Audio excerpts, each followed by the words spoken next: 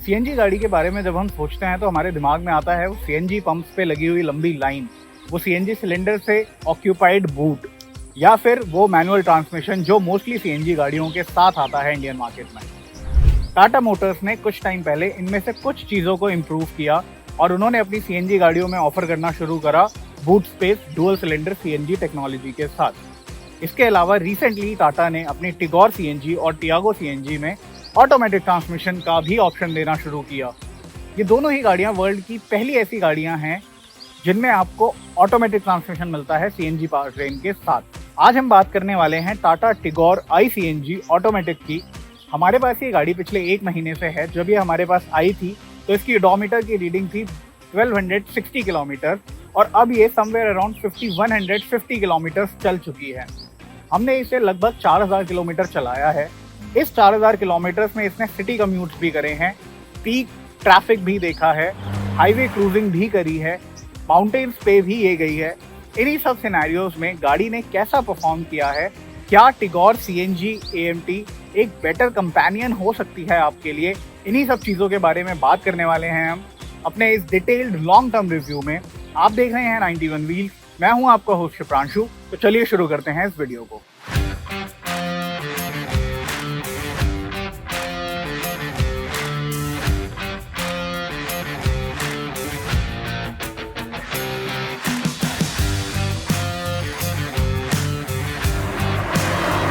सबसे पहले अगर हम बात करें कि क्या इसके डिज़ाइन में आपको मिलता है और क्या क्या चीज़ें आपको इसमें मिलती हैं।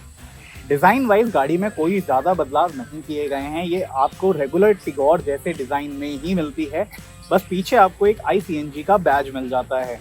इसके अलावा अगर हम देखें तो डिज़ाइन लैंग्वेज काफ़ी अच्छा रखा है टाटा ने। आगे से गाड़ी देखने में काफ़ी मस्कुलर लगती है और साइड प्रोफाइल से भी अपीलिंग लगती है। रियर भी थोड़ा सा मस्कुलर लगता है अपने फ्रंट प्रोफाइल को कॉम्प्लीमेंट करता हुआ। अगर हम नए एडिशन की बात करें तो वो है ये नया मेटियोर ब्रॉन्ज कलर जो टाटा ने रिसेंटली टिगोर सीएनजी लाइनअप में लॉन्च किया है। इसमें अगर आप देखेंगे तो आपको इसमें ब्लैक के ट्रीटमेंट के साथ ये कलर मिलता है। आपको ORVMs ब्लैक मिलते हैं, आपको ग्रिल पे थोड़ा सा ब्लैक ट्रीटमेंट मिलता है। इसके अलावा ब्रांड ने ब्लैक के साथ साथ क्रोम का भी यूज़ किया है। आपको डोर हैंडल्स पे क्रोम देखने के लिए मिल जाता है, आपको फ्रंट में भी थोड़ा सा क्रोम देखने के लिए मिल जाता है। तो इन छोटे छोटे डिज़ाइन एलिमेंट्स के साथ इसकी जो डिज़ाइनिंग रखी गई है, इसका जो डिज़ाइन रखा गया है, वो एक अपीलिंग डिज़ाइन आपको ऑफर करता है। अब अगर हम बात करें उन चीज़ों की जो हमें टिगोर सीएनजी में पसंद आई हैं, उनमें से एक है इसका डिज़ाइन। डिज़ाइन वाइज गाड़ी अच्छी लगती है, अपीलिंग लगती है। फ्रंट में आपको जो हेडलैम्प्स मिलते हैं वो आपको प्रोजेक्टर हेडलैम्प मिलते हैं, तो वो एक अच्छा पार्ट हो जाता है। आपको यहाँ पे फॉग लैंप्स भी दिए जाते हैं, तो फीचर ऑफरिंग के मामले में भी यहाँ पे आपको बेटर इल्यूमिनेशन दी जाती है। इसके अलावा अगर हम साइड प्रोफाइल पे आते हैं तो यहाँ पे जो सटल क्रोम का यूज़ किया गया है, चाहे वो क्रोम की विंडो सिल्स हों या फिर क्रोम का ट्रीटमेंट डोर हैंडल्स पे हो, वो काफ़ी सटली किया गया है। एक और जो इम्पोर्टेंट पार्ट है जो हमें अच्छा लगा वो है इसका CNG फिलर कैप। यहाँ पे आपको CNG फिलर कैप वहीं पे मिलता है जहाँ पे आपको पेट्रोल फिलिंग का ऑप्शन मिलता है, तो ये एक्सपोज्ड नहीं है और इसके लिए आपको अलग से आके यहाँ पे उसके लिड को खोलना नहीं पड़ता है। आप इजीली अंदर से इसे खोलते हैं और आप यहाँ से इसे एक्सेस कर सकते हैं। इसके अलावा एक और जो चीज़ है जो CNG लेने से लोगों को थोड़ा डर लगता है कि बूट स्पेस नहीं मिलेगा। यहाँ पे अगर हम टिगोर CNG में देखते हैं तो यहाँ पे आपको सफिशिएंट बूट स्पेस मिलता है। यहाँ पे आप इजीली 2 ट्रॉली बैग छोटे साइज़ के कैरी कर सकते हैं और भी छोटा मोटा सामान आप यहाँ पे कैरी कर सकते हैं, क्योंकि यहाँ पे जो सिलेंडर्स हैं वो नीचे दिए गए हैं। यहाँ पे आपको डुअल सिलेंडर CNG टेक्नोलॉजी देखने के लिए मिलती है। CNG सिलेंडर्स को यहाँ पे प्लेस किया गया है, इसलिए यहाँ पे आपको डिसेंट बूट स्पेस भी मिल जाता है।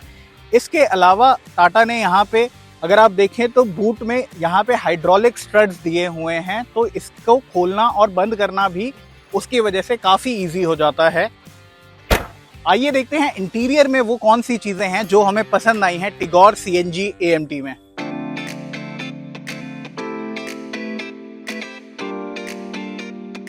इंटीरियर की अगर बात करें तो इंटीरियर में जो पहली चीज़ है जो आपको अच्छी लगेगी वो है इसके इंटीरियर का एम्बियंस।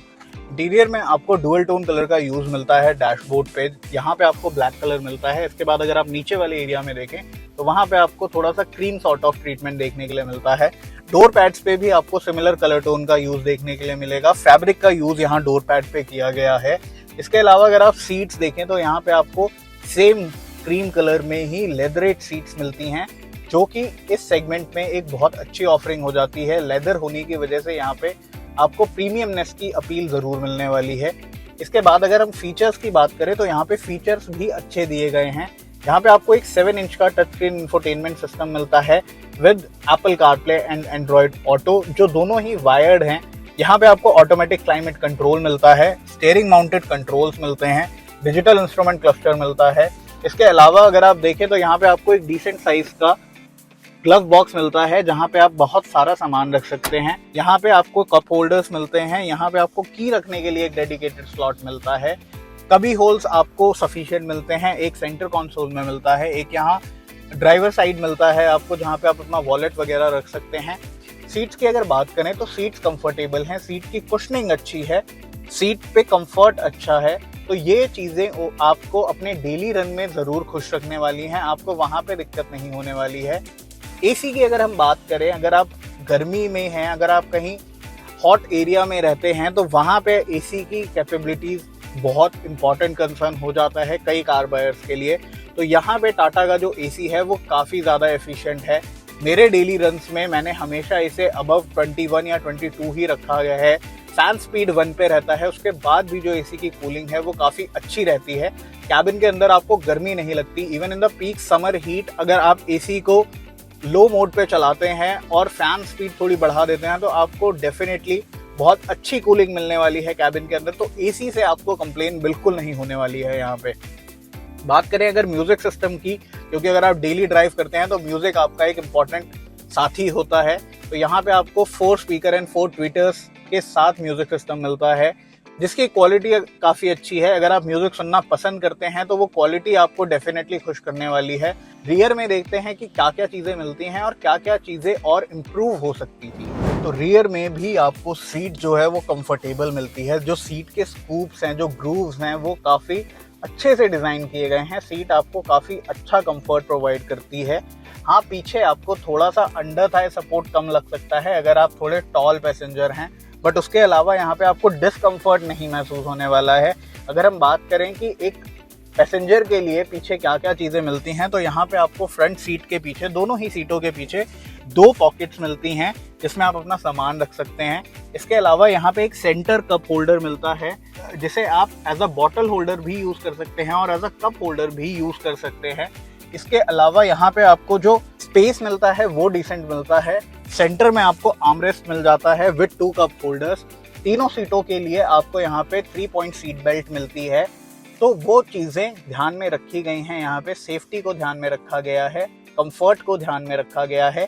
एसी की हम बात कर रहे थे, एसी पीछे आपको कोई एसी वेंट नहीं मिलता है डेडिकेटेड, बट एसी एफिशिएंट इतना है कि पीछे आपको गर्मी नहीं लगती है, तो वो एक प्लस पॉइंट हो जाता है। इसके अलावा जो चीज़ें इम्प्रूव हो सकती थी वो ये है कि जो इंटीरियर का कलर है, जो वाइट कलर यहाँ पे यूज़ किया गया है, जो क्रीम सॉर्ट ऑफ ट्रीटमेंट यहाँ पे दिया गया है, वो गंदा बहुत जल्दी होता है। अगर आपके हाथ में कुछ लगा है या हाथ में थोड़ी सी भी गंदगी है तो वो सीट पे या फिर फैब्रिक पे बहुत जल्दी आ जाती है। तो इस कलर को मेंटेन करना थोड़ा सा मुश्किल है। वो एक चीज़ जो यहाँ पे इम्प्रूव की जा सकती थी कैबिन के एम्बियंस को लेके। अगर आप एज अ डेली ड्राइवर इस गाड़ी को यूज़ कर रहे हैं तो वहाँ पे आपको इस चीज़ का ध्यान डेफिनेटली देना पड़ेगा। इसके अलावा जो कप होल्डर्स हैं चारों ही डोर पे, यहाँ पे 1 लीटर की बॉटल ईजिली नहीं आती है। पीछे वाले में आप फिर भी थोड़ा सा एडजस्ट कर सकते हैं, बट फ्रंट बॉटल होल्डर्स में, फ्रंट डोर बॉटल होल्डर्स में प्रॉपर 1 लीटर की बॉटल नहीं आती है।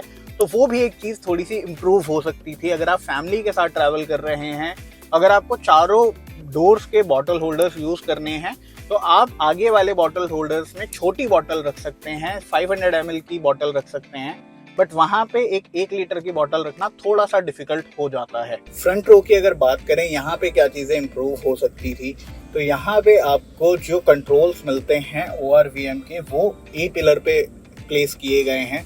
तो अर्गोनॉमिकली कभी कभी इसे एडजस्ट करना थोड़ा मुश्किल हो जाता है। अगर आप ड्राइव कर रहे हैं हाईवेज पे या कहीं पे, तो आपको थोड़ा सा वो रीच करना पड़ता है उसे, तो वो चीज़ थोड़ी बेटर हो सकती थी। अगर ये कंट्रोल्स डोर पैड पे दिए जाते तो वो अर्गोनॉमिकली थोड़ा और बेटर हो जाता। इसके अलावा अगर हम बात करें इस टच स्क्रीन की, तो यहाँ पे आपको जो टच स्क्रीन मिलती है इसकी ब्राइटनेस थोड़ी और इम्प्रूव हो सकती थी। अगर आप पीक सन के अंडर ड्राइव कर रहे हैं और किसी एंगल से सन इस पे आ रहा है, इस पे लाइट आ रही है, तो इस पे क्या चल रहा है वो दिखना थोड़ा मुश्किल हो जाता है। इसके अलावा अगर हम टच की बात करें तो टच भी इसका इतना स्मूथ नहीं है। कई बार आपको वो तेज प्रेस करना पड़ता है किसी फंक्शन को ऑपरेट करने के लिए, तो वो थोड़ा और बेटर हो सकता था। यूआई के मामले में ये ठीक है, यूआई इतना ज़्यादा क्लटर्ड नहीं है, बट थोड़ा सा टच और इम्प्रूव हो सकता था, थोड़ी सी इसकी ब्राइटनेस और बेटर हो सकती थी। एक और इशू जो हमने फेस किया अपने ओनरशिप टाइम में, वो है इसका एप्पल कारप्ले की कनेक्टिविटी। यहाँ पे आपको wired Apple CarPlay and Android auto मिलता है। उसके लिए आपको यहाँ पे एक यूएसबी पोर्ट दिया गया है जहाँ से आप कनेक्शन कर सकते हैं। हमने एप्पल कारप्ले को कनेक्ट करने की कोशिश करी, बट वो कनेक्ट नहीं हो रहा था। मल्टीपल फोन्स यूज करके देखे, मल्टीपल केबल्स यूज करके देखी, बट किसी भी उससे एप्पल कारप्ले कनेक्ट करने में थोड़ा सा इशू आ रहा था। बट एंड्रॉयड ऑटो परफेक्टली यहाँ पे काम कर रहा था। तो वो शायद सॉफ्टवेयर का कोई इशू हो सकता है या फिर कोई ग्लिच हो सकता है इस पर्टिकुलर यूनिट में। तो वो एक चीज़ और इम्प्रूव की जा सकती थी अगर वो सॉफ्टवेयर का ग्लिच है तो। इसके अलावा यहाँ पे आपको चार्जिंग के जो ऑप्शंस मिलते हैं वो इतने ज़्यादा नहीं मिलते हैं। यहाँ पे आपको एक 5 वोल्ट 3 एम्पेयर का टाइप सी सॉकेट मिलता है, उसके अलावा एक 12 वोल्ट का सॉकेट दिया गया है। एक 12 वोल्ट का सॉकेट आपको यहाँ सेंटर में भी दिया गया है जो आपका रियर पैसेंजर यूज कर सकता है। इसके अलावा पीछे आपको कोई भी यूएसबी पोर्ट नहीं दिया गया है, वो भी अगर दिया जाता तो पीछे वाले पैसेंजर के लिए थोड़ी और कन्वीनियंस बढ़ जाती। इंटीरियर में एक और जो इशू है वो है थोड़ा सा फिट एंड फिनिश को लेके और इंटीरियर की क्वालिटी को लेके। फिट एंड फिनिश के मामले में कहीं कहीं पे आपको पैनल गैप्स दिखेंगे, जैसे कि यहाँ पे ये जो ग्लव बॉक्स का पैनल है ये कम्प्लीटली अलाइन नहीं है, यहाँ पे गैप दिखता है। इसके अलावा जो कुछ एजेस हैं प्लास्टिक जो यूज किया गया है कैबिन में, उसके कुछ एजेस शार्प हैं, वो इतनी क्लीन नहीं है, तो कभी कभी आपको हाथ पे वो लगती हैं। अगर आप कुछ कर रहे हैं, अगर आप कुछ ढूंढ रहे हैं कभी होल में, तो वो क्वालिटी कंट्रोल थोड़ा और बेटर हो सकता था, वो इंटीरियर की क्वालिटी थोड़ी और बेटर हो सकती थी। एक और जो इम्पोर्टेंट एस्पेक्ट है टिगोर सीएनजी का, वो है इसका नया एएमटी ट्रांसमिशन अपने 1.2 litre petrol plus CNG engine के साथ।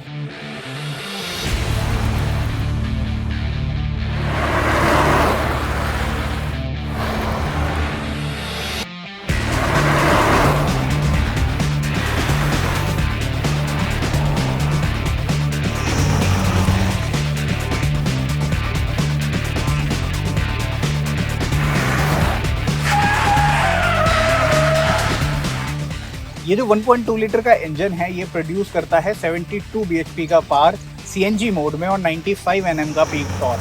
पेट्रोल मोड में ये गाड़ी प्रोड्यूस करती है 85 bhp का पावर। अगर हम बात करें इसके ट्रांसमिशन की, तो जो ये ऑटोमेटिक ट्रांसमिशन आपको मिलता है, 5 स्पीड ऑटोमेटिक ट्रांसमिशन यहाँ पे आपको मिलता है, जिसमें आपको प्रॉपर शिफ्ट्स मिलते हैं। गियर बॉक्स की ट्यूनिंग अच्छे से की गई है, तो आपको वो लैग इतना फील नहीं होता है अगर आप सिटी में कम्यूट कर रहे हैं। सिटी में आपको इजीली शिफ्ट्स मिलते हैं। अराउंड 1850 आरपीएम पे गाड़ी अप शिफ्ट करती है। डाउन शिफ्ट अगर आपको करना है तो वो भी यहाँ पे इजीली हो जाता है। इसके अलावा गियर बॉक्स में आपको एक मैनुअल मोड भी मिलता है, जिसमें आप मैनुअली गियर्स को अप शिफ्ट और डाउन शिफ्ट कर सकते हैं, तो वो एक प्लस पॉइंट हो जाता है अगर आपको कंट्रोल्स अपने हाथ में चाहिए।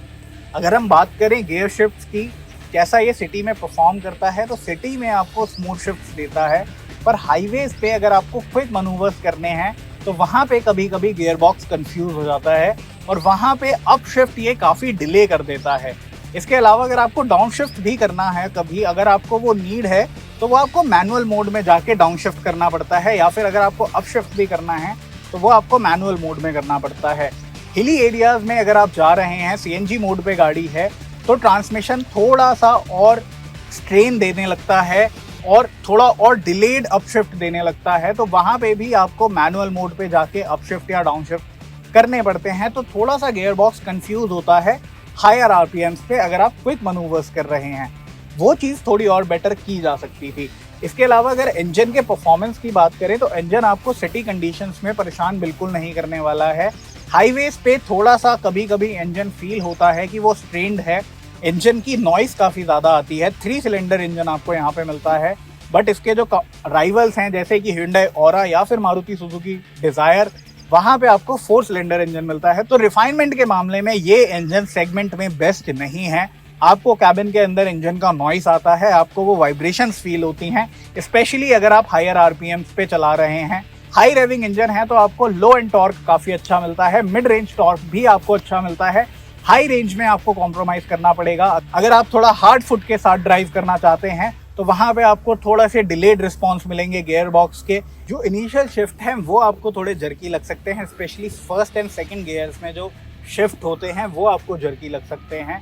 बट ओवरऑल अगर आप एक सिटी कार ढूंढ रहे हैं सीएनजी के साथ, ऑटोमेटिक ट्रांसमिशन की कन्वीनियंस के साथ, तो टिगोर सीएनजी एएमटी आपके लिए एक पॉजिटिव कंसीडरेशन हो सकता है। अगर हम बात करें माइलेज की तो tank full to tank full basis पे सीएनजी ने हमें हाईवे पे माइलेज दिया था 28 किलोमीटर पर किलोग्राम का। सिटी कंडीशंस में सीएनजी के प्रेशर पे डिपेंड करता है कि टैंक कितनी सीएनजी ले रहा है खाली होने के बाद। सीएनजी की अगर बात करें तो यहाँ पे कभी कभी यहाँ पे हमने फिल किया है टैंक को 7 किलो सीएनजी से और वहाँ पे ये फिल हो जाता है, और कभी कभी वो चला गया है 9.8 केजी तक। तो प्रेशर पे डिपेंड करता है कि टैंक कितनी गैस लेता है। इसके अलावा अगर हम सिटी कंडीशंस में बात करें तो गाड़ी आराम से आपको 22-23 किलोमीटर पर किलोग्राम का माइलेज देती है। आप एक टैंक में आराम से 200 से 220 किलोमीटर गाड़ी को चला सकते हैं सीएनजी मोड पे।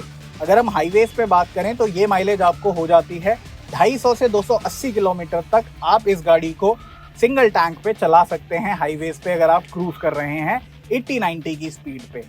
अगर हम बात करें सीएनजी तो ये इंजन आपको थोड़ा सा स्ट्रेन्ड लग सकता है। एएमटी ट्रांसमिशन सबसे स्मूथ ट्रांसमिशन नहीं होता है तो वहाँ पे थोड़े से जर्क आपको लग सकते हैं, बट ओवरऑल एक ही कंप्लीट पैकेज आपको मिलता है। आपको यहाँ पे सीएनजी की माइलेज मिलती है, आपको यहाँ पे एएमटी कन्वीनियंस मिलती है। तो इन दोनों चीज़ों को कंबाइन करके अगर आप इस गाड़ी को as a daily driver use करना चाहते हैं तो आप इससे डेफिनेटली खुश रहने वाले हैं। अपने रन के टाइम पे हम इसे माउंटेन्स में भी लेके गए, वहाँ पे जो इसका परफॉर्मेंस था वो थोड़ा सा अंडर पावर्ड आपको ज़रूर लग सकता है। जब आप अप हिल्स पे जाते हैं तो वहाँ पे गाड़ी अप शिफ्ट्स काफ़ी लेट करती है, वहाँ पे आपको ईजिली अप शिफ्ट नहीं मिलते, तो आपको मैनुअल मोड में डाल के अप शिफ्ट्स करने पड़ते हैं और एफिशिएंसी वहाँ पे आपकी ज़रूर घट जाती है। और अगर आप फुल लोड पे जा रहे हैं, अगर आपका लगेज भी फुल है और अगर आपकी सारी सीट्स भी ऑक्यूपाइड हैं, तो वहाँ पे भी आपको ये गाड़ी अंडर पावर्ड लगेगी। जब गाड़ी फुल होती है तो इसे अप हिल्स पे चढ़ने में थोड़ी दिक्कत ज़रूर होती है, बट परफॉर्म वहाँ पे गाड़ी करती है। अंडर पावर्ड ज़रूर फील होगी, बट ऐसा नहीं है कि आप इसे माउंटेन्स पे लेके नहीं जा सकते या फिर ये खाली सिटी लिमिट्स में ही आप चला सकते हैं। तो एक ओनर के लिए एक और इम्पॉर्टेंट एस्पेक्ट जो किसी भी गाड़ी में होता है वो होती है उसकी राइड एंड हैंडलिंग। टिगोर की अगर हम बात करें स्पेशली सीएनजी वेरिएंट की, तो यहाँ पे जो आपको राइड क्वालिटी मिलती है वो काफ़ी अच्छी मिलती है। सस्पेंशन थोड़ा सॉफ्टर साइड पे ट्यून किया गया है तो कभी कभी वो आपको थोड़ा बम्पी लग सकता है, बट ओवरऑल अगर आप सिटी में ड्राइव कर रहे हैं तो वो आपको एक प्लस राइड क्वालिटी देता है। पॉट होल्स हो गए या स्पीड ब्रेकर्स हो गए, उन्हें गाड़ी बहुत इजीली एब्जॉर्ब करती है, तो वहाँ पे आपको इश्यूज फेस नहीं करने पड़ते हैं। अगर आप लो स्पीड पे भी किसी पॉट होल में जा रहे हैं या स्पीड ब्रेकर को ले रहे हैं तो वो एब्जॉर्प्शन आपको काफ़ी अच्छा मिलता है। एंड जस्ट इन केस अगर आपने स्पीड लो नहीं करी है और उसके बाद आप पॉट होल को हिट कर रहे हैं तो वहाँ पे भी आपको वो ज़्यादा जर्क नहीं फील होगा, which is a good part. जहाँ पे सस्पेंशन की ट्यूनिंग अच्छी है या बट हाई स्पीड पे जब आप हाईवेज पे जाते हैं, जब हाईवेज के जॉइंट्स को हिट करते हैं तो वहाँ पे थोड़ी सी वो बम्पीनेस आपको लग सकती है, स्पेशली रियर पैसेंजर के लिए वो बम्पीनेस ज़्यादा एविडेंट हो जाती है। तो वो एक चीज़ है सॉफ्टर सस्पेंशन होने की वजह से जो आपको फील हो सकती है अगर आप हाईवेज पे क्रूज कर रहे हैं। हैंडलिंग की अगर बात करें तो स्टीयरिंग थोड़ा सा हैवी है एज कम्पेयर टू उसके जो राइवल्स हैं जैसे कि मारुति सुजुकी डिजायर और Hyundai ऑरा। उनका जो स्टीयरिंग है वो काफ़ी लाइट है, उनके कंपैरिजन में यहाँ पे जो आपको स्टीयरिंग मिलता है वो थोड़ा हैवी है, बट उसे कंट्रोल करना आपको इतना मुश्किल नहीं लगता है। आप सिटी में ड्राइव कर रहे हैं, आप ट्रैफिक में मनूवर्स कर रहे हैं, आप लेन फिल्टरिंग कर रहे हैं, आपको वहाँ पे स्टीयरिंग रिस्पॉन्ड करता है। आपको वहाँ पे डिलेड रिस्पॉन्स नहीं मिलता है। डिलेड रिस्पॉन्स आपको मिलता है जब आप यू टर्न्स लेते हैं तो सेंटर में आने में स्टीयरिंग टाइम लगाता है, तो वहाँ पे आपको अपना इनपुट डालना पड़ता है। अगर आप वेट करेंगे कि स्टीयरिंग सेंटर में अपने आप आए तो वहाँ पे वो डिले आपको देखने को मिलेगा। इसके अलावा जो हैवीनेस आपको स्टीयरिंग पे चाहिए होती है हाई स्पीड्स पे वो आपको मिलती है। तो वो एक बेटर प्रोपोजिशन हो जाता है जब आप हाईवेज पे ड्राइव करते हैं। बट सिटी ड्राइविंग के हिसाब से स्टीयरिंग थोड़ा और लाइट हो सकता था, बट अगर आप इसे रेगुलरली चलाते हैं तो वो यूज टू होने के बाद आपको इतना इशू नहीं लगेगा। बट अगर आप शिफ्ट कर रहे हैं किसी Hyundai या मारुति की गाड़ी से टाटा पे, तो वहाँ पे आपको वो हैवीनेस फील हो सकती है, तो वो चीज़ थोड़ी और इम्प्रूव हो सकती थी। अब अगर हम बात करें इसकी प्राइसिंग की, इसके राइवल्स की और इसके वेरिएंट ऑफरिंग की, तो CNG AMT ट्रांसमिशन आपको खाली 2 वेरिएंट में मिलता है, XZA and XZA plus. Pricing start होती है इसकी 8.85 लाख रुपीज़ से। जहाँ तक हम बात करें इसके राइवल्स की, तो ये राइवल करती है Hyundai Aura CNG and Maruti Suzuki desire CNG के साथ। बट उन दोनों ही गाड़ियों में मैनुअल ट्रांसमिशन आपको मिलता है CNG के साथ। इसके अलावा अगर हम राइवल्स से इसे कंपेयर करें तो यहाँ पे आपको अच्छा बूट स्पेस मिलता है, यहाँ पे आपको AMT की कन्वीनियंस मिलती है, यहाँ पे आपको बेटर फीचर ऑफरिंग मिलती है, डुअल सिलेंडर टेक्नोलॉजी मिलती है, एक 4 स्टार ग्लोबल एनकैप रेटेड गाड़ी मिलती है। तो ये सब चीज़ें इसे अपने राइवल्स के आगे थोड़ा सा बेटर बना देती हैं। इसके अलावा अगर हम सेफ्टी की बात करें तो यहाँ पे आपको 4 स्टार ग्लोबल एनकैप रेटिंग के साथ साथ डुअल एयर बैग मिलते हैं, यहाँ पे आपको reverse camera with parking sensors मिलता है, ABS विद EBD मिलता है। तो इन सब चीज़ों के साथ ये एक अच्छा ऑप्शन हो जाती है अगर आप सेफ गाड़ी ढूंढ रहे हैं, क्योंकि क्रैश टेस्ट रेटिंग आजकल लोगों के लिए बहुत इंपॉर्टेंट हो गई है। तो ये आपको 4 star global NCAP rating provide करती है। वेरिएंट्स की अगर बात करें तो 2 ही वेरिएंट में आती है। अगर ब्रांड ने इसे एक लोअर वेरिएंट में भी ऑफर किया होता, CNG ऑटोमेटिक ट्रांसमिशन अगर मिड वेरिएंट में भी दिया गया होता, तो इसकी अफोर्डेबिलिटी और बेटर हो जाती, ये एक और बेटर प्रपोजिशन हो जाती पोटेंशियल बायर्स के लिए। इसके अलावा यहाँ पे और भी कुछ चीज़ें हैं जो बेटर हो सकती थी, जैसे कि इसके वेरिएंट ऑफरिंग। ये एक मिड वेरिएंट में अगर ऑटोमेटिक ट्रांसमिशन के साथ ऑफर की जाती तो वो एक अच्छा प्रपोजिशन हो जाता और इसे एक अच्छा राइवल बना देता अपने कॉम्पिटिटर्स के सामने। अगर आप कंसीडर कर रहे हैं टिगोर CNG लेना, तो ऑटोमेटिक ट्रांसमिशन आपको एक अच्छा ऑप्शन मिल सकता है इस सेगमेंट में। इसके अलावा और कोई भी गाड़ी CNG के साथ ऑटोमेटिक आपको प्रोवाइड नहीं करती है। लॉन्ग ड्यूरेशन में अगर आप गाड़ी को रखना चाहते हैं, अगर आप डीजल इंजन ऑप्ट नहीं करना चाहते, AMT की कन्वीनियंस चाहते हैं, तो टिगोर CNG आपकी कंसीडरेशन में जरूर होनी चाहिए। आपके क्या व्यूज हैं टाटा टिगोर CNG को लेके? Do let us know in the comment section. Video पसंद आया हो तो लाइक करना ना भूलें और चैनल को सब्सक्राइब जरूर कर लें।